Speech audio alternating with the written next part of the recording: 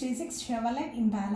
അപ്പോൾ ഇതൊരു ഹോളായിട്ടൊരു ലൈലാക്ക് കളറിലാണ് കൊടുത്തിരിക്കുന്നത്, ബോഡി ഫുള്ള്. പിന്നെ ഇതിൻ്റെ സൈഡ് പ്രൊഫൈൽ നോക്കുവാണെങ്കിൽ ഡോർ ഹാൻഡിലൊക്കെ പെയിൻറ്റഡ് ആണ്. ഇതിൻ്റെ ഇൻറ്റീരിയറിൽ അകത്ത് ഫുള്ള് ബ്ലാക്ക് ഫിനിഷിലാണ് കേട്ടോ കൊടുത്തിരിക്കുന്നത്.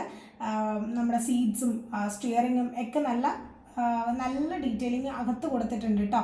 പിന്നെ ഇതിൻ്റെ ടയറും അതിൻ്റെ റിമ്മും ഒക്കെ ഒരു സിൽവർ ഫിനിഷിലാണ് കൊടുത്തിരിക്കുന്നത്. അപ്പോൾ ഇതാണ് ഇതിൻ്റെ സൈഡ് പ്രൊഫൈൽ. ഇനി ഇതാണ് ഇതിൻ്റെ ഫ്രണ്ട് വ്യൂ. ഇപ്പോൾ ഫ്രണ്ട് വ്യൂ നോക്കുവാണെങ്കിൽ ലൈറ്റ്സ് ഒക്കെ കൊടുത്തിട്ടുണ്ട്, പക്ഷെ ഒന്നും പെയിൻറ്റഡ് അല്ല, ഒരു ആവറേജ് കാസ്റ്റിങ്ങേ ഉള്ളൂ കേട്ടോ. അതിൻ്റെ പെയിൻറ്റിങ് അറിയാവുന്നവരുണ്ടെങ്കിൽ ലൈറ്റ്സ് ഒക്കെ നല്ല പെയിൻറ്റ് ചെയ്തു കേട്ടോ.